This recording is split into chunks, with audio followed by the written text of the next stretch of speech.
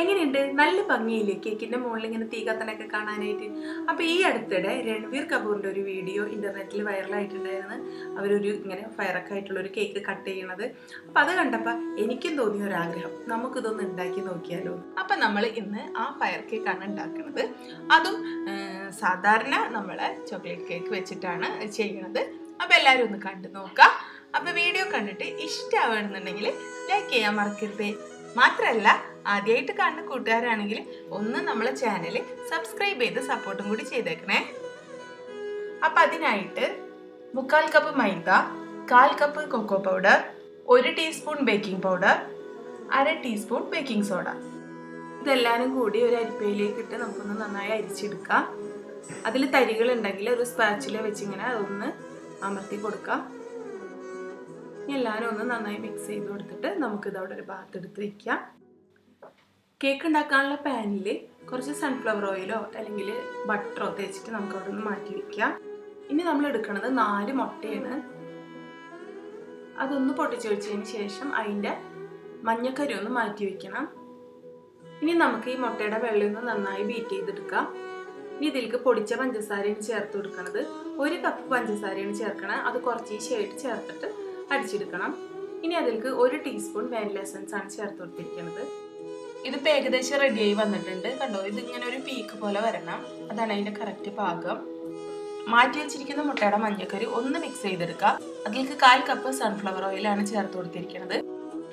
അതും കൂടി ഒന്ന് നന്നായി മിക്സ് ചെയ്തതിന് ശേഷം മുട്ടയുടെ വെള്ളയിലേക്ക് ചേർത്ത് കൊടുക്കുക.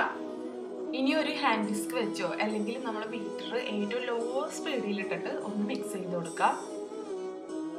അതിനുശേഷം നമ്മൾ നേരത്തെ യോജിപ്പിച്ച് വെച്ചിരിക്കുന്ന പൊടികളാണ് ചേർത്ത് കൊടുക്കുന്നത്. അത് കുറച്ചേശായി ചേർത്ത് കൊടുത്തിട്ട് കട്ട് ആൻഡ് ഫോൾഡ് മെത്തേഡിൽ മിക്സ് ചെയ്യാം. പൊടികളെല്ലാം യോജിപ്പിച്ചതിന് ശേഷം 1/4 കപ്പ് പാല് കൂടി നമുക്കിതിലേക്ക് ചേർത്ത് കൊടുക്കാം. കണ്ടോ, ഇതുപോലെ ഇരിക്കണം നമ്മളെ ബാറ്റർ ഒഴിക്കുമ്പോൾ ഇങ്ങനെ ഫോൾഡ് ചെയ്ത് വീഴണം. എയർ ബബിൾസ് ഒന്നും ഇല്ലാണ്ടിരിക്കാനായിട്ട് ഒരു ടൂത്ത് പിക്കോ അല്ലെങ്കിൽ ഇങ്ങനെ ഒരു സ്റ്റിക്കോ വെച്ചിട്ട് ഒന്ന് ഇളക്കി കൊടുക്കുക. ഒന്ന് ടാപ്പ് ചെയ്തും കൂടെ കൊടുക്കുക. ഇനി ഇത് നമുക്ക് നേരത്തെ പ്രീ ഹീറ്റ് ചെയ്ത് വെച്ചൊരു പാനിലേക്ക് വെച്ച് കൊടുക്കാം. അപ്പോൾ അതിൻ്റെ അടിയിൽ ഒരു റൗണ്ടിലുള്ള ഒരു സ്റ്റാൻഡ് വെച്ച് കൊടുത്തിട്ടുണ്ട്. അതിൻ്റെ മുകളിലേക്കാണ് ഞാൻ ഈ ബാറ്റർ വെച്ച് കൊടുത്തിരിക്കുന്നത്. ഇനി അത് മൂടിയിട്ട് ഒരു ചെറിയ ഫോയിൽ പേപ്പർ വെച്ചിട്ട് ആ മൂടിയിലുള്ളൊരു ഹോള് അടച്ചു കൊടുത്തിട്ടുണ്ട്. ഇനി ഇതൊരു 45 മിനിറ്റ് ഏറ്റവും കുറഞ്ഞ തീയിലിട്ടിട്ട് നമുക്കിത് ബേക്ക് ചെയ്തെടുക്കാം. അപ്പോൾ 45 മിനിറ്റ് കഴിഞ്ഞിട്ടുണ്ട്. ഇനി നമുക്കിത് ഓഫ് ചെയ്ത് വയ്ക്കാം.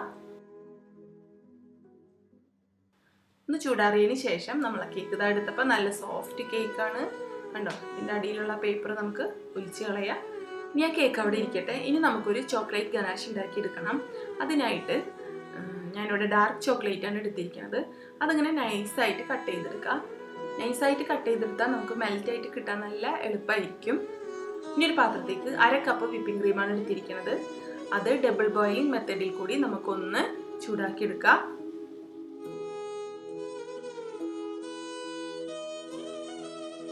ഒന്ന് ചെറുതായിട്ട് ചൂടായി കഴിയുമ്പോൾ, അതായത് വിരലൊക്കെ മുക്കി നോക്കിയാൽ ചൂടായി എന്നുള്ളൊരു ആ ഒരു ഇതാകുമ്പോൾ അതിലേക്ക് നമുക്ക് എടുത്തു വെച്ചിരിക്കുന്ന 1 കപ്പ് ചോക്ലേറ്റ് ആണ് ചേർത്ത് കൊടുത്തിരിക്കുന്നത്. ഒരു 5 സെക്കൻഡ് ഒന്നും ചെയ്യരുത്. അതിനുശേഷം ഒന്ന് ഇളക്കി കഴിഞ്ഞാൽ നമ്മളെ ചോക്ലേറ്റ് നന്നായിട്ട് മെൽറ്റായിട്ട് കിട്ടും. ഇപ്പം നമ്മളെ ചോക്ലേറ്റ് ഗണേഷ് ഇവിടെ റെഡി ആയിട്ടുണ്ട്. ഇനി ഇതൊരു 30 മിനിറ്റ് ഫ്രിഡ്ജിൽ എടുത്ത് വെക്കണം. അപ്പോൾ ഇതൊന്ന് തിക്കായിട്ട് കിട്ടും. അപ്പോൾ നമുക്ക് സുഖമായിട്ട് കേക്കിൻ്റെ ഓരോ ലെയർ മേൽക്കും തേച്ച് നന്നായിട്ട് പിടിപ്പിക്കാനായിട്ട് പറ്റും. ഇനി നമുക്ക് നമ്മളെ കേക്ക് ഒന്ന് കട്ട് ചെയ്തെടുക്കാം. ഞാൻ ഈ കേക്ക് 3 പീസാക്കിയിട്ട് കട്ട് ചെയ്തിട്ടുണ്ട്. കണ്ടോ, നല്ല സോഫ്റ്റ് ആയിട്ടുള്ള കേക്കാണ് നമുക്ക് കിട്ടിയിരിക്കുന്നത്. മുറിച്ച് വെച്ചിരിക്കുന്ന ഓരോ പീസുകൾക്കും നമുക്ക് ഷുഗർ സിറപ്പ് തേച്ച് കൊടുക്കാം. 1/2 കപ്പ് വെള്ളത്തിൽ 1/2 കപ്പ് പഞ്ചസാര ചേർത്ത് തിളപ്പിച്ചെടുത്തതാണ് ഷുഗർ സിറപ്പ്. ഏറ്റവും മുകൾ ഭാഗം കുറച്ചൊന്ന് കട്ട് ചെയ്ത് കൊടുക്കാം. ഇനി അതവിടെ റെസ്റ്റ് ചെയ്യാൻ വെക്കാം. നോക്കി 30 മിനിറ്റ് കഴിഞ്ഞപ്പോൾ നോക്കി നമ്മളെ ചോക്ലേറ്റ് ഗണാഷ് ശരിക്കും നല്ല വിപ്പിംഗ് ക്രീം ബീറ്റ് ചെയ്തെടുത്ത പോലെ ആയിട്ടില്ല. അപ്പോൾ അതിന് വേണ്ടിയിട്ടാണ് നമ്മൾ ഫ്രിഡ്ജിൽ വെച്ചത്. ഇനി നമുക്കിത് കേക്കിൻ്റെ ഓരോ സ്ലൈസിലേക്കും തേച്ച് കൊടുക്കാം.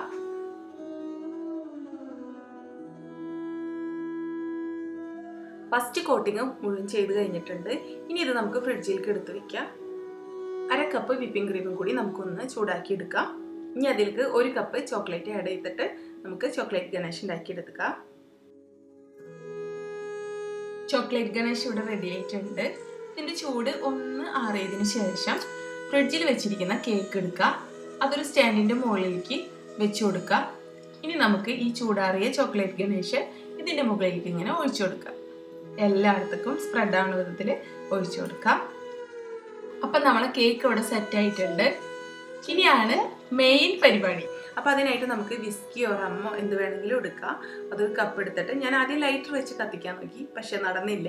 നേരെ അടപ്പത്ത് വെച്ച് ചൂടായി കഴിഞ്ഞപ്പോൾ അത് നമുക്ക് പെട്ടെന്ന് കത്തിക്കാൻ പറ്റിട്ടോ. ഒന്ന് ചൂടാവണം, അപ്പോഴേ നമുക്ക് കത്തിക്കാൻ പറ്റുള്ളൂ.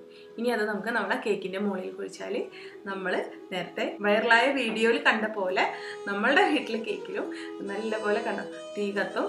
അപ്പം എല്ലാവരും ട്രൈ ചെയ്ത് നോക്കാം. ഇത് കൊച്ചുകുട്ടികൾക്ക് പറ്റിയ കേക്കല്ല, കുറച്ച് മുതിർന്ന ആൾക്കാർക്ക് പറ്റിയ കേക്കാണ്. നമുക്ക് കേക്ക് ഒന്ന് കട്ട് ചെയ്ത് നോക്കാം. കണ്ടോ, ഉള്ളിലൊക്കെ നല്ല സോഫ്റ്റ് ആയിട്ട് കിട്ടിയിട്ടുണ്ട്. നോക്കിയേ, കട്ട് ചെയ്യുമ്പോൾ കണ്ടോ, നല്ല സോഫ്റ്റ് ആയിട്ട് നല്ല ജ്യൂസി ആയിട്ടുള്ള കേക്കാണ്. വെറൈറ്റി ആഗ്രഹിക്കുന്നവർക്ക് ഒന്ന് ട്രൈ ചെയ്ത് നോക്കാൻ പറ്റുന്ന ഒരു കേക്കാണ് കേട്ടോ. അപ്പം എന്തായാലും ഒന്ന് ട്രൈ ചെയ്ത് നോക്കാം. ഇഷ്ടമായിട്ടുണ്ടെങ്കിൽ വീഡിയോ ഫ്രണ്ട്സിനൊക്കെ ഒന്ന് ഷെയർ ചെയ്ത് കൊടുക്കാം. അപ്പം അടുത്ത വീഡിയോയിൽ കാണാം. Thank you.